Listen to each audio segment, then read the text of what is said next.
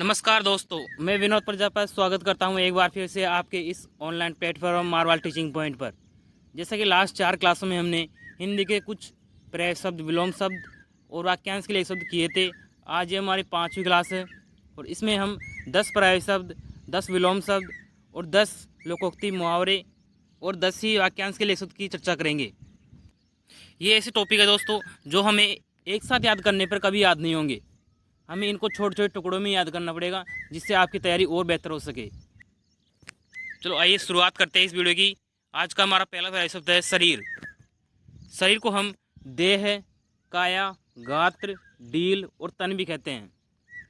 दांत को क्या कहते हैं? द्विज कहते हैं, रद कहते हैं, दंत, रदन और दसन कहते हैं।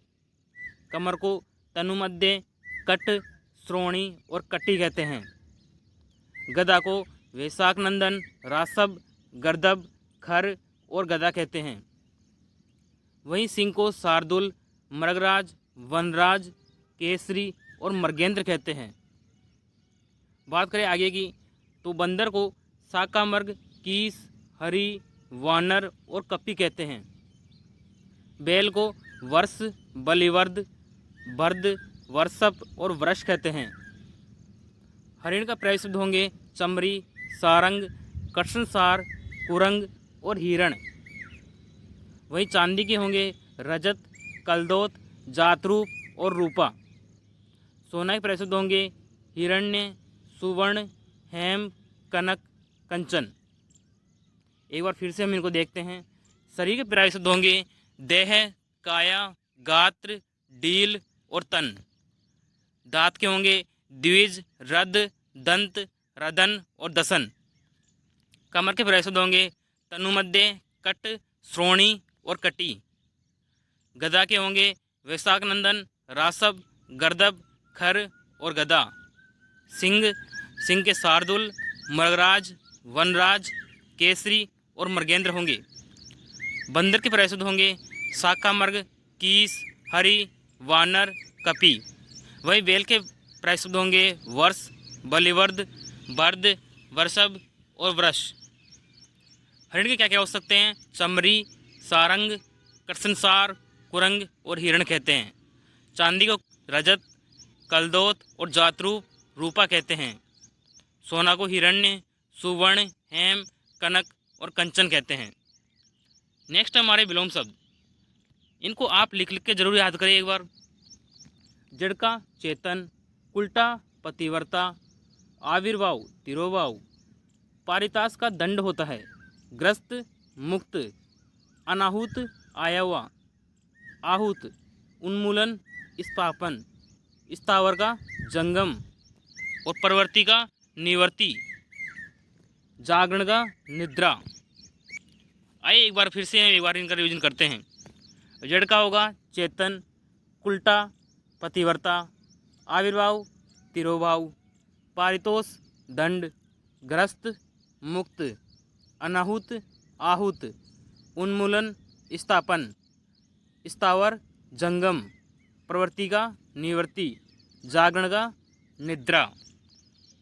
नेक्स्ट हमारे वाक्यांश के लिए एक शब्द जो कठिनाई से समझ में आता है उसे दुर्बोध कहते हैं। बहुत ही कठोर और बड़ा आघात वज्रघात कहलाता है। दोपहर का सपना दीवा सपन कहलाता है। जिसकी धर्म में निष्ठा हो धर्मनिष्ठ, जिसके समान कोई दूसरा न हो अद्वितीय कहलाता है। जो बहुत कठिनाई से मिलता हो दुर्लभ, बहुत सी चीज़ें होती है जो हमें दुर्लभ होती है इस पृथ्वी पर, वो हमें बहुत कठिनाई से मिलती है। जो किसी की ओर से हो प्रतिनिधि, किसी काम में दूसरों से बढ़ने की इच्छा प्रतिस्पर्धा कहलाती है। जो दूसरों में केवल दोषों को ही खोजता हो छिद्रान्वेषी, जो धन को व्यर्थ ही खर्च करता है अपव्यय कहलाता है, और जो कम खर्च करता है उसे मितव्ययी कहते हैं। एक बार फिर से हम इनका नियोजन करते हैं। जो कठिनाई से समझ में आता है दुर्बोध, बहुत ही कठोर और बड़ा आघात वज्राघात, दोपहर का सपना दीवा सपन, जिसकी धर्म में निष्ठा हो धर्मनिष्ठ, जिसके समान दूसरा कोई न हो अद्वितीय, जो बहुत ही कठिनाई से मिलता है दुर्लभ, जो किसी की ओर से हो प्रतिनिधि, किसी काम में दूसरे से बढ़ने की इच्छा प्रतिस्पर्धा, जो दूसरों में केवल दोष ही खोजता हो छिद्रान्वेषी कहलाता है। जो धन को व्यर्थी खर्च करता हो अव्ययी कहलाता है। अब हमारी बात करते हैं मुहावरे और लोकोक्तियों की। खेत रहना क्या होता है? खेत रहने का मतलब है शहीद हो जाना। अवसर का लाभ उठाना, बहती गंगा में हाथ धोना। द्रौपदी का चीर, असीमित होना, कभी ख़त्म नहीं होने वाला। हवा में बातें करना, बहुत तेज दौड़ने वाला व्यक्ति को हवा में बातें करना कहलाता है। ओटो से निकली कोटो छड़ी, इसका मतलब है दोस्तों किसी बात का चारों तरफ फैल जाना, अर्थात मुँह से निकली बात फैल जाती है। घाट घाट का पानी पीना, बहुत ही अनुभवी होना। बोलते हैं ना मैं तो घाट घाट का पानी पिया हूँ, इसका मतलब यही होता है कि वह बहुत अनुभवी है। कपटी मित्र, इसका मतलब होता है आस्तीन का सांप। बालू से तेल निकालना, असंभव कार्य करना जो कि कभी नहीं हो सकता। कुछ ना कुछ बुराई सब जगह होती है, अर्थात काबुल में क्या गधे नहीं होते। नानी कुंवारी मर गई, नवासी के 9 ब्याह, इसका अर्थ है व्यर्थ में सेकी बखाड़ने वाला। इस प्रकार आज के हमारे सारे टॉपिक्स क्लियर होते हैं दोस्तों। जल्दी में इसके एक और नेक्स्ट क्लास लेकर आऊँगा जिसमें ऐसे हम छोटे छोटे टुकड़ों में इनको याद करने की कोशिश करेंगे।